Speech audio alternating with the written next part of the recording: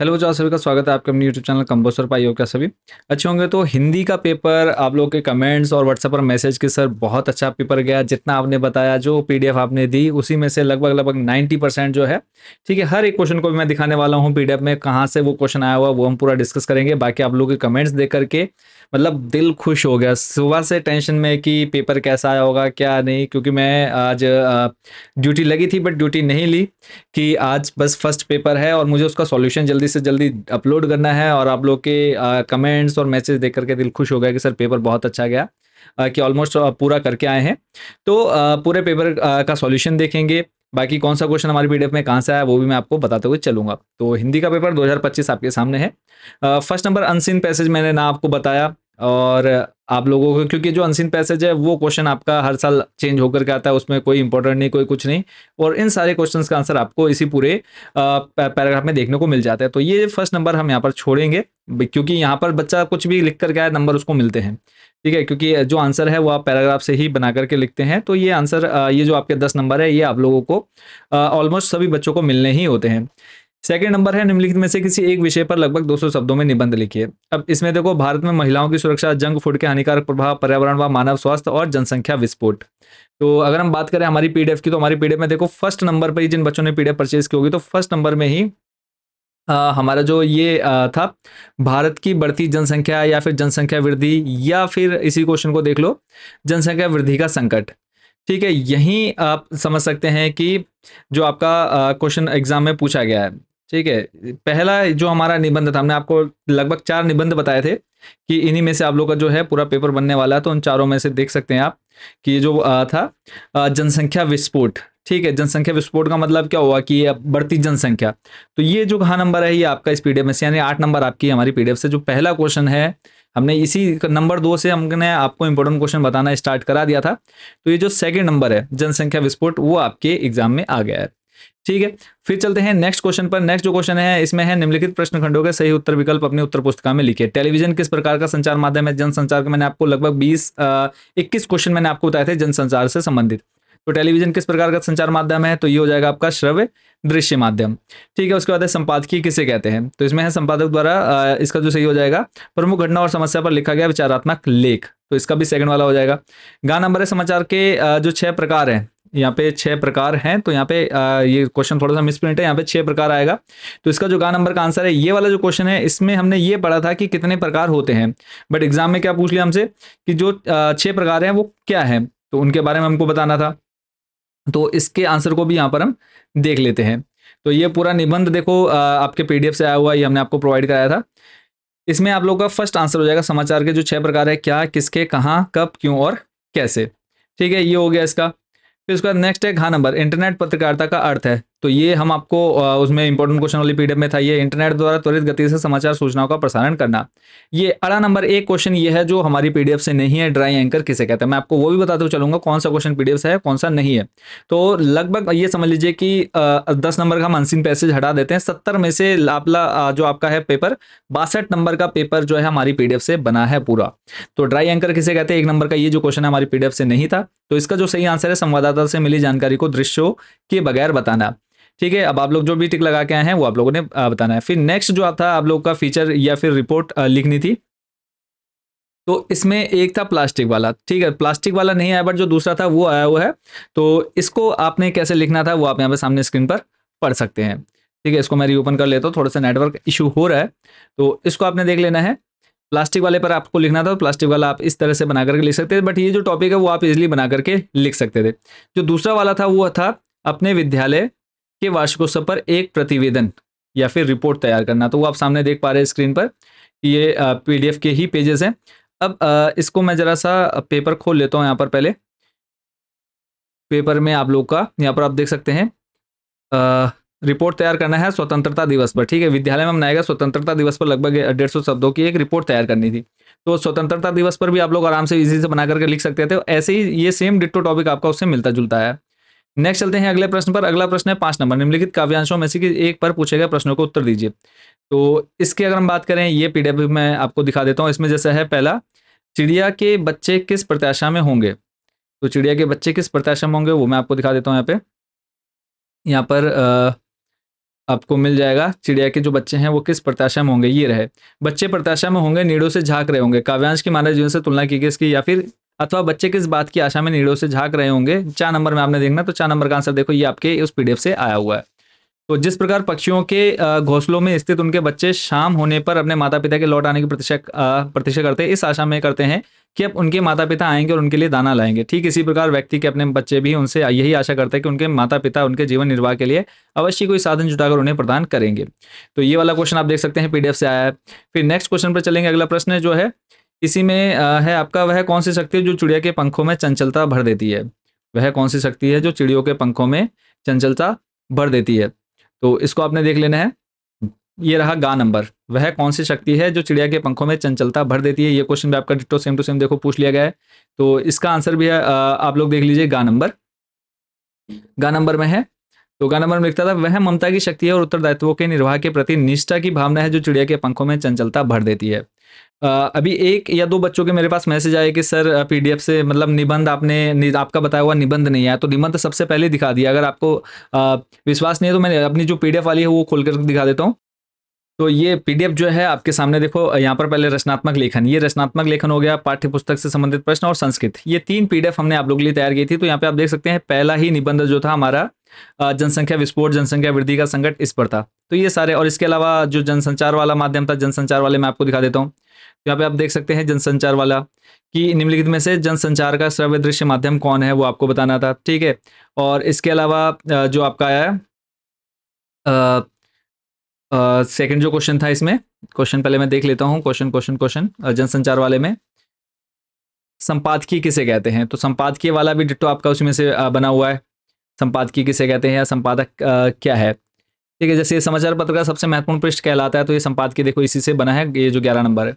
ठीक है। फिर चलते हैं नेक्स्ट क्वेश्चन पर। अगला जो प्रश्न है, और ये जो दिन जल्दी जल्दी ढलता है, ये हमारी जो पीडीएफ है, ये तो मैंने अलग से क्रॉप करके रख दिया है ताकि हमको ज़्यादा टाइम ना लगे उधर पीडीएफ में ढूंढने में।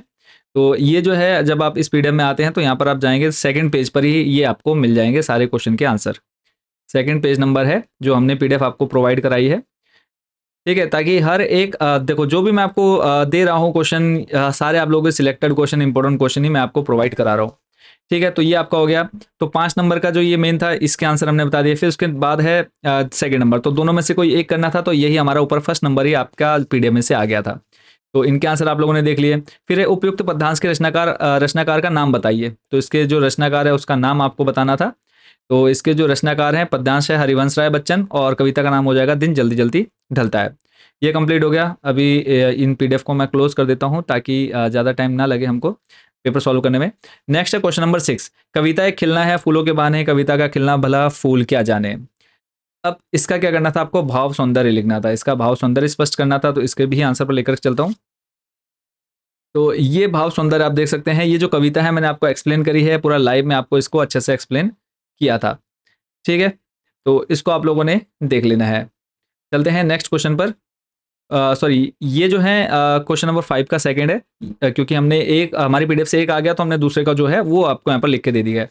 ये दूसरा है जो कविता है खिलना है फूल के बहाने, ये हमारी पीडीएफ से आया हुआ आप देख सकते हैं। और इसका आपको क्या करना था, अर्थ लिखना था। तो ये आपको अर्थ लिख करके आना था। तो आप लोग इसको एक बार जल्दी से पढ़ लीजिए। नेक्स्ट क्वेश्चन है क्वेश्चन नंबर 7। क्वेश्चन नंबर 7 था, कैमरे में बंद अपाहिज करुणा के मुखौटे में छिपी क्रूरता की कविता है, स्पष्ट कीजिए। तो ये क्वेश्चन भी आप देख सकते हैं। मोस्ट इंपोर्टेंट में मैंने जब इसको कर रहा था, मैं आपको लाइव में जो क्लास हमने ली है तो उसमें मैंने आपको बताया था मोस्ट इंपोर्टेंट बच्चों रहेगा, इसको लिख करके रख लो। तो ये आपकी एक जो क्वेश्चन है ये आपका यहाँ से पूरा बना है। चलते हैं अगले प्रश्न पर। अगला है, शायर राखी के लच्छे को बिजली की चमक की तरह कहकर क्या भाव व्यंजित करना चाहता है। अब 2 प्रश्न करने थे और ये वाला जो क्वेश्चन है ये हमारी पीडीएफ से नहीं आया। तो 2 करने थे, तो दोनों मतलब 3 में से 2 करने थे, 2 आपकी पीडीएफ से आए हुए हैं। तो शायर राखी के लच्छे को बिजली की चमक की तरह कहकर यह बताना चाहता है कि सावन मास में रक्षाबंधन के दिन वर्षा में जिस तरह बिजली चमकती है उसी प्रकार बहन चमकती राखी बांधकर भाई के उज्जवल भविष्य की कामना करती है। फिर इसी में नेक्स्ट क्वेश्चन था गा नंबर, छोटे चौकने खेत को कागज का पन्ना कहने में क्या अर्थ निहित है। तो इसका आंसर बच्चों आप सामने स्क्रीन पर देख सकते हैं, ये भी पीडीएफ से पूरा डिट्टो बना हुआ है। तो यहाँ पर आप देख सकते हैं कि 6 नंबर, 7 नंबर, 5 नंबर, 4 नंबर, यानी जहाँ से हमने आप लोगों को सॉल्यूशन देना स्टार्ट किया है, पीडीएफ दी थी और वहाँ से आपका एक एक क्वेश्चन पूरा सिलेक्टेड बना हुआ है। चलते हैं नेक्स्ट क्वेश्चन पर। नेक्स्ट क्वेश्चन आपका क्वेश्चन नंबर 8। इनमें से किसी एक पर आधारित प्रश्नों को उत्तर देना था। बाजार एक जादू है, ये वाला बहुत अच्छे से एक्सप्लेन किया था। जेब भरी होने पर बाजार में खड़े व्यक्ति को क्या लगता है। तो क्या लगता है कि ये सारी चीज़ें क्या हैं, मन मतलब दिमाग उसका खाली होता है, बस उसको चाहिए कि बस पैसा है तो मैं सब कुछ खरीद लूँगा। तो देखो चौक बाज़ार में खड़े होने पर कुछ आदमियों को व्यापारिक आकर्षक हो सकता है, उन्हें खरीदारी करने की इच्छा हो सकती है या किसी विशिष्ट वस्त्र वस्त्र या सामान को, यानी अगर जेब भरा है तो आपके दिमाग में क्या चलेगा, बस ये खरीद लूँ, मैं वो खरीद लूँ। नेक्स्ट है फैंसी चीज़ों की बहुतायत का व्यक्ति को क्या लाभ होता है? तो फैंसी चीज़ों की बहुतायत का व्यक्ति को कोई लाभ नहीं होता। जेब खाली हो जाने पर तथा बाजार का जादू उतर जाने पर व्यक्ति को यह महसूस होता है कि उन्होंने कई ऐसी चीज़ें खरीद ली जिसकी उन्हें ज़रूरत या आवश्यकता नहीं थी। ठीक है, चलते हैं फिर उसके बाद नेक्स्ट क्वेश्चन अब यहाँ पे है, उपयुक्त गद्यांश के लेखक का पाठ का नाम लिखना था। तो ये मैंने लाइव में भी आप लोगों से पूछा था। पाठ का नाम है बाजार दर्शन और लेखक हो जाएंगे इसके जैनेंद्र कुमार। मुझे याद है क्योंकि मैंने आपको पढ़ाया है ये। तो दोनों में से एक करना था। तो फिर भी ये जो सेकंड वाला है उसके आंसर को मैं यहाँ पर दिखाते चलता हूँ, कई क्योंकि कई बच्चों ने सेकंड वाला भी किया होगा। तो इसमें था, रसोई में जाने से पूर्व भक्तिन क्या काम करती थी? तो रसोई में जाने से पहले क्या करती थी, वो कोयले की एक मोटी रेखा बनाती थी। और ये जो क्वेश्चन है उसमें आप लोगों ने देखा था कि जो लक्ष्मीन है या फिर भक्तिन है वो कोयले की रेखा क्यों खींचती थी। फिर लेखिका को भक्तिन से निबटना टेढ़ी खीर क्यों लगता था? तो इसका आंसर 2 मिनट नाक दबाकर जब करने के उपरांत जब है कोयले की मोटी रेखा से अपने साम्राज्य की सीमा निश्चित कर चौके में प्रतिष्ठित हुई, तब मैंने समझ लिया कि इस सेवक के साथ ये का साथ क्या है, टेढ़ी खीर है। फिर इसका पाठ और लेखक का नाम लिखना था। तो ये आप लोगों ने अच्छे से याद कर लिया था, भक्तिन और महादेवी वर्मा। प्रश्न नंबर 9, जीजी ने इंद्रसेना पर पानी फेंके जाने को किस तरह सही ठहराया? तो इसका आंसर भी आप लोग देख सकते हैं कि जीजी ने इंद्रसेना पर पानी फेंके जाने के निम्नलिखित तर्क दिए। जीजी ने कहा कि कुछ पाने के लिए कुछ चढ़ावा देना पड़ता है। उन्होंने कहा है इंद्रदेव को पानी का अर्ध चढ़ाने से जब वे प्रसन्न होंगे तभी वे वर्षा के माध्यम से पानी हमें देंगे। फिर लेखक ने सीरीज को कालजी अवधि की तरह क्यों माना था? ये क्वेश्चन मैंने बहुत अच्छे से आप लोगों को समझाया। ये आंसर है, पीडीएफ से आया हुआ पूरा क्वेश्चन है। तो यहाँ पे आपको 3 में से 2 करने थे और यहाँ पे भी 2 जो क्वेश्चन है वो पीडीएफ से आए हुए। तो ये आप देख रहे हैं ना कि ये अलग से आपको लग रहा है, तो ये पीडीएफ से नहीं है, बट आपका ये जो क्वेश्चन है ये पीडीएफ से आया हुआ है, इसको आपने पढ़ लेना है। नेक्स्ट है, जाति प्रथा का श्रम विभाजन का ही एक रूप ना मानने मानने और तो नेक्स्ट क्वेश्चन को देखते हैं। तो ये वाला आप लोगों ने आई होप कि अच्छे से कर लिया होगा। ठीक है, लेखक ने सीरीज, ये वाले इसके सॉल्यूशन को देखेंगे हम। नेक्स्ट जो क्वेश्चन था वो था जाति प्रथा वाला। तो जाति प्रथा वाला आप देख सकते हैं मोस्ट इंपोर्टेंट, मैंने कहा था इसको लिख करके रख लो, ये क्वेश्चन आएगा ही आएगा। तो आप देख सकते हैं कि ये क्वेश्चन क्योंकि बहुत बार पूछा जा चुका था, हर साल इसका है कि आना ही आना है, तो इसका आंसर आप सामने देख सकते हैं। तो ये भी बच्चों क्वेश्चन आपका पीडीएफ से आया हुआ। ये नहीं कह सकते कि सर पीडीएफ से नहीं आया। 90% मैं यहाँ पर अभी भी बोल रहा हूँ कि 90% पूरा पीडीएफ से आया हुआ। सिर्फ संस्कृत के जो क्वेश्चन आंसर है, मेन जो बुक के क्वेश्चन आंसर्स थे, वो उसमें 2 क्वेश्चन जो हैं वो नहीं आए हैं बताए हुए। बाकी पूरा पेपर, ऑलमोस्ट पूरा पेपर बताया हुआ है। तो क्वेश्चन नंबर 9 तक के सारे लगभग क्वेश्चन आए हुए हैं। क्वेश्चन नंबर 10, निम्नलिखित में से किन्हीं 3 प्रश्नों को उत्तर दीजिए। तो यहाँ पे देखो का नंबर जो है, यशोधर बाबू की कहानी को को दिशा देने में किशन दा की महत्वपूर्ण भूमिका रही। आपके जीवन को दिशा देने में किसका महत्वपूर्ण योग रहा और कैसे? ये आंसर आपने अपने लिए लिखना था। ये आपसे पूछा गया है कि आपके जीवन में ऐसा कौन व्यक्ति है या ऐसा कौन है जिसने आपको मोटिवेट किया हो या फिर जिसके दिशा में आप चलना चाहते हो। ठीक है, तो इसको आप लोगों ने देखना है।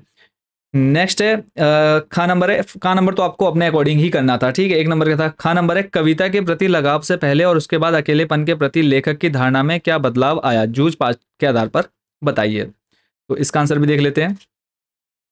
तो जाति प्रथा वाला ये आपने पूरा देख लेना। आई होप कि आप लिख करके आए होंगे इस पूरे को। नेक्स्ट है ये वाला, कविता के प्रति लगाव से पहले और उसके बाद अकेलेपन के प्रति लेखक की धारणा में क्या बदलाव आया? ये भी बच्चों आप लोगों के पीडीएफ से ही क्वेश्चन बना है, तो इसका आंसर आप पढ़ सकते हैं सामने। चलते हैं नेक्स्ट क्वेश्चन पर। नेक्स्ट जो क्वेश्चन बच्चों रहने वाला है, और अभी तक आप लोगों ने देखा जितने क्वेश्चन मैंने आपको दिखाए हैं सारे पीडीएफ से ही ऑलमोस्ट हैं। ठीक है, अगला प्रश्न है, गा नंबर, सिंधु सभ्यता की खूबी उसका सौंदर्य बोध है, जो राज पोषित या धर्म पोषित ना होकर समाज प्रेषित है, ऐसा क्यों कहा गया है? तो इसका आंसर आप यहाँ पे देख सकते हैं। मोस्ट इंपॉर्टेंट क्वेश्चन जो हमारा था ये उसमें हमने कवर किया हुआ था, तो ये सामने आप स्क्रीन पर देख पा रहे हैं। इसका आंसर भी आप यहाँ से पढ़ लेंगे। चलते हैं नेक्स्ट। अब देखो इसमें 3 करने थे और चारों के चारों 4 के नहीं 3 ऊपर के तीनों जो प्रश्न हैं वो आपकी पीडीएफ से आए हुए हैं। चौथा जो क्वेश्चन है वो पीडीएफ से नहीं था। तो यह है मंत्री मास्टर को, सॉरी हाँ ये भी पीडीएफ से आया हुआ। मंत्री मास्टर का छात्रों पर क्या प्रभाव पड़ा, या फिर मंत्री नामक मास्टर का उद्देश्य कुल मिलाकर विद्यार्थियों का हित करना था। तो ये जूझ कहानी से आप लोग का ये प्रश्न भी पूछा गया है, तो इसका आंसर आपने देख लेना है। तो ये चारों हो गया। फिर नंबर 11, 4 नंबर का था, जूझ शीर्षक के औचित्य पर विचार करते हुए स्पष्ट करें कि क्या यह शीर्षक कथन है कि किसी केंद्रीय चारित्रिक विशेषता को उजागर करता है। अतीत में दैव भाव के आधार पर मोहनजोदड़ो के दर्शनीय स्थानों के नाम लिखिए। तो मैंने कहा था कि थर्ड चैप्टर भले ही छोड़ देना, फर्स्ट और सेकंड चैप्टर को अच्छे से पढ़ लेना। तो ये आप देख सकते हैं पीडीएफ से बना हुआ क्वेश्चन है पूरा। तो इसको भी आई होप कि आप पूरा कर करके आएंगे, इसको आपने पढ़ लेना है और आप ऐसा लिख कर आए हैं या नहीं, ठीक है। उसके बाद नेक्स्ट चलेंगे, अगला जो अतीत में दबे पाँव है, ये भी आप लोग की उसी पीडीएफ से देखो क्वेश्चन बना हुआ है, मोहनजोदड़ो के दर्शनीय स्थल। तो यहाँ पर आपने इस पूरे को अच्छे से पढ़ लेना है, ठीक है। नेक्स्ट जो क्वेश्चन है उस पर चलेंगे आपको लेकर के। अब यहाँ से संस्कृत वाला देखो, पूरी जो आपका काव्यखंड गद्य खंड हो गया, उसके बाद आपका रचनात्मक वाला हो गया, पूरा जो पीडीएफ में दिया है मैंने वहीं से पूरा पेपर आप लोग का बना हुआ है। उसका बाद आप लोग का संस्कृत पोर्शन, तो ये आपको पढ़ने की जरूरत नहीं। अब ये सारे क्वेश्चन देखो हमारी उन्हीं पीडीएफ से आए हुए हैं। अरुणाचल प्रदेश रूपग्राम को निश्चितस्मा सहोदरो आ जाएगा इसमें, वो सहोदरो।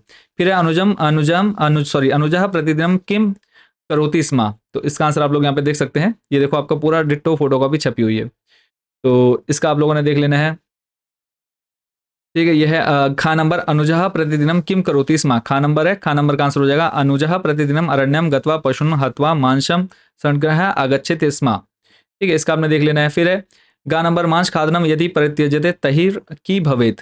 तो ये आप देख सकते हैं पूरा आपका पीडीएफ से आया हुआ है, ये गा नंबर इसमें आप लोग को करना था। मांस खादनम यदि परित्यजेत तहि ग्रहे जनः सर्वः उपवासा आचरणीय भवेत।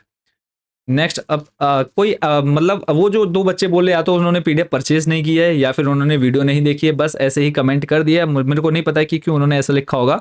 नेक्स्ट घा नंबर है मानसेन किम क्रियते, मानसेन किम क्रियते, और ये वाला क्वेश्चन आप यहाँ पे देख सकते हैं, मानसेन किम क्रियते, ये क्वेश्चन है क्या इसमें आप लोग देख सकते हैं। तो आपको कितने करने थे इसमें, अगर हम बात करें तो 3 प्रश्नों के उत्तर देने थे, तो 4 में से 3 आपके आ ही चुके हैं, तो एक जो बचा हुआ है उसको ये शायद आपका लास्ट वाला खड़ा नंबर, ये इसी से रिलेटेड है, या फिर जा नंबर, इन दोनों में से आपका ये क्वेश्चन बन जाता है लास्ट वाला। तो 4 में से 3 करने थे, वो आप लोग का पड़ा हुआ आ गया। चलते हैं नेक्स्ट, प्रश्न नंबर 13 है, यहाँ पर आपको श्लोक को पढ़ करके 3 के उत्तर देने थे। 4 प्रश्न है, का वृक्षम वेष्टते, तो यहाँ पे आ जाएगा वल्ली वृक्षम वेष्टते, ठीक है, इसका हो गया। फिर ऐसे दूसरा वाला है खा नंबर, खा नंबर में आपको बताना था अदृष्टते कहाँ नास्ति, तो इसका आ जाएगा अदृष्ट मार्गे मार्गः नः अस्ति। नेक्स्ट है वल्ली किम करोति, तो इसका आंसर हो जाएगा वल्ली वृक्षम वेष्टते सर्वथा गच्छति चा। अगला है मार्गः कस्य अस्ति, तो इसका आ जाएगा मार्गः दृष्टे अस्ति। चलते हैं नेक्स्ट अगले प्रश्न पर, विद्यालय से वार्षिक विवरण से प्रस्तुतिकरण कः करिष्यति, तो इसका आ जाएगा विद्यालय वार्षिक विवरण से प्रस्तुतिकरण आचार्य करिष्यति।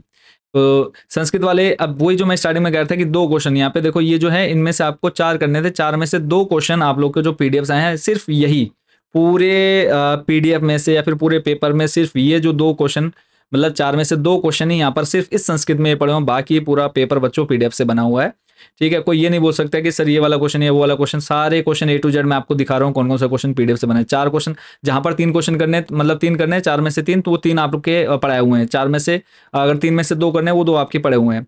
फिर खा नंबर देखो, मंडुका से सावला से कारणम किम आसित, तो ये वाला आंसर आप लोग का पीडीएफ से आया हुआ है, तो इसका आप लोगों को याद होगा, मंडुका से निरंतर प्रयत्न साफल्य से कारणम अस्ति, ठीक है, निरंतर प्रयत्न। और जब हमने पीडीएफ में देखा तो उसमें था लक्ष्य एक दृष्टि, ठीक है, तो इसको आपने देख लेना है।